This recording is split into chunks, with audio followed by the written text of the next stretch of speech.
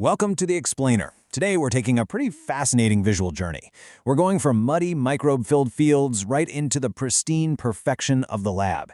And to really bring this highly technical process to life, we're going to be exploring the science through this gorgeous, hand-drawn, watercolor botanical style. It's going to be a lot of fun.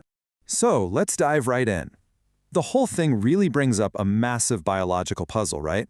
How exactly do you kill a pathogen without killing the plant it's hitching a ride on? Honestly, you can frame the entire chemical sterilization protocol we're about to discuss as the ultimate Goldilocks balancing act of plant tissue culture. Think about it. If your chemical treatment is too weak, well, the wild pathogens just take over. But if it's too strong, you literally melt the very plant cells you're trying to save. Now, before we talk about survival, we really need to define the hero of our story here, the explant.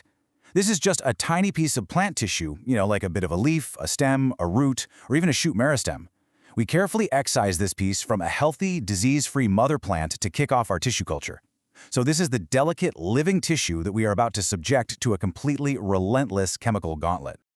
Okay, flipping through our lab protocol checklist today, we're going to cover the tissue culture challenge, the delicate balance, washing away the wild, the chemical gauntlet, a specific banana case study, and finally, the final sterile cut. Let's get to it. Starting off with Section 1, the tissue culture challenge, where the messiness of nature meets the absolute precision of the lab. You see, nature is organic, it's chaotic, and let's face it, it's inherently dirty. Out in the field, plants grow completely surrounded by millions of fungi, yeasts, and bacteria. But if we want to artificially propagate plants in vitro, we have to completely strip away that wild ecosystem. We basically have to wage highly calculated war against microbial contamination, and we do that using some very specific, precise lab tools. Moving right along to Section 2, the delicate balance of eradication versus preservation. There is just an incredible underlying tension here. Surface-clinging epiphytic fungi and bacteria, they are incredibly stubborn, and they absolutely must be destroyed to protect the active dividing cells of our plant meristem. If we fail even slightly in our sterilization process, those opportunistic microbes will completely overrun the nutrient-rich culture medium in our jars. They'll just steal all the food and destroy the explant completely. No way around it. That brings us to Section 3, washing away the wild, or leaving the soil behind. So let's start our journey with the fastest, earthiest step of the whole process. First, we identify a really healthy mother plant out there in the elements. Then we aggressively strip away the outer layers and dirt from the collected sucker. We basically always begin by physically washing that wild plant material under running tap water before any of the deep chemistry even starts. It's really just about removing the bulk of the physical soil and debris, to give our lab chemicals a fighting chance later on. All right, Section 4, this is the chemical gauntlet, the multi-step sterilization procedure. This is where things get serious.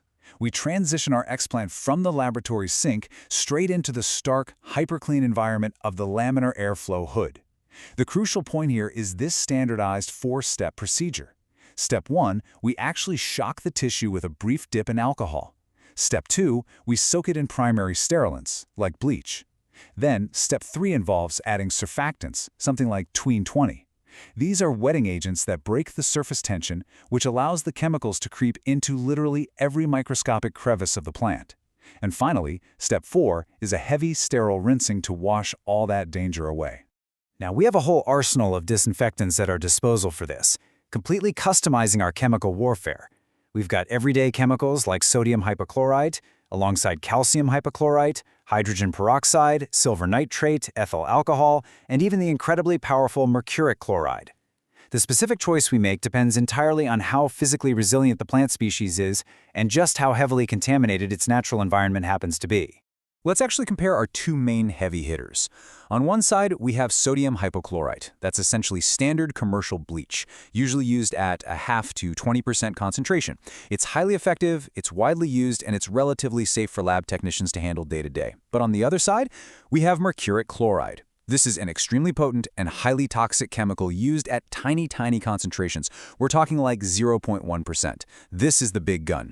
It's a last resort option, strictly reserved for severe, stubborn contamination, where regular bleach just isn't strong enough to cut it. Let's look at a real-world example in Section 5, the banana case study, which is a global protocol comparison.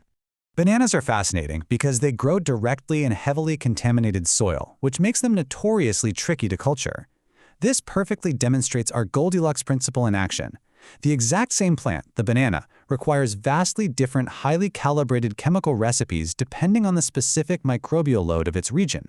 For example, the CGIAR protocol uses standard ethanol and bleach, but a Chinese patent actually calls for the much harsher, toxic mercuric chloride for underground lateral buds. Meanwhile, the Thai extension standard opts for a heavy double soak-in bleach. It's all about adapting to the local microbes. Now, you might notice some dark browning on the tissue here. Bananas naturally release high levels of polyphenols when they're wounded or cut during this aggressive sterilization process. And if left unchecked, this oxidation causes the tissue to turn brown and, well, essentially die. To counter this, labs often have to add ascorbic acid to the wash to stop the plant from chemically suffocating itself before it ever reaches the petri dish. It's this fascinating, kind of crazy secondary battle we have to fight during the sterilization. And that brings us to section 6, the final sterile cut, rinsing away the poison. We've reached the climax of the procedure. The scientific literature puts it starkly. Mercuric chloride is a very effective sterilizing agent, but it is toxic to the explant tissues, and it can cause cell death. We always have to remember that the very chemicals that save the explant from fungi will eagerly become its executioner if left unchecked. Over-sterilization is a massive risk here. We are playing with incredibly toxic materials that will literally melt the plant's cell walls if they're exposed for even a minute too long. Because of that risk, the absolute most important final step is the critical triple rinse. Explants must be washed 3 to 4 separate times with sterile tissue culture-grade water right inside that protective hood. You have to rigorously wash away every single trace of that chemical gauntlet. If you leave even a microscopic residue of bleach or mercuric chloride on the tissue, the explant simply won't survive the transition to the growth medium. It's absolutely crucial. But the ultimate reward for surviving this delicate, perfectly timed chemical balancing act is this: a wonderfully clean, healthy banana shoot. It's preserved in a sterile environment and successfully sprouting in culture. It is completely free of the wild diseases that threatened it in the field and is now perfectly primed and ready to rapidly multiply. I'll leave you with this final, kind of provocative thought to ponder. As we continue to master this high-stakes balance between microbial eradication and cellular preservation, what incredible botanical breakthroughs are just waiting to be safely cultured? I mean, what new medicines, highly resilient crops, or rapidly vanishing endangered species could we unlock for the future if we can perfect the sterilization of even the most stubbornly contaminated plants? The possibilities inside these tiny glass jars are literally limitless. Thanks for joining me on this explainer, and I'll catch you next time.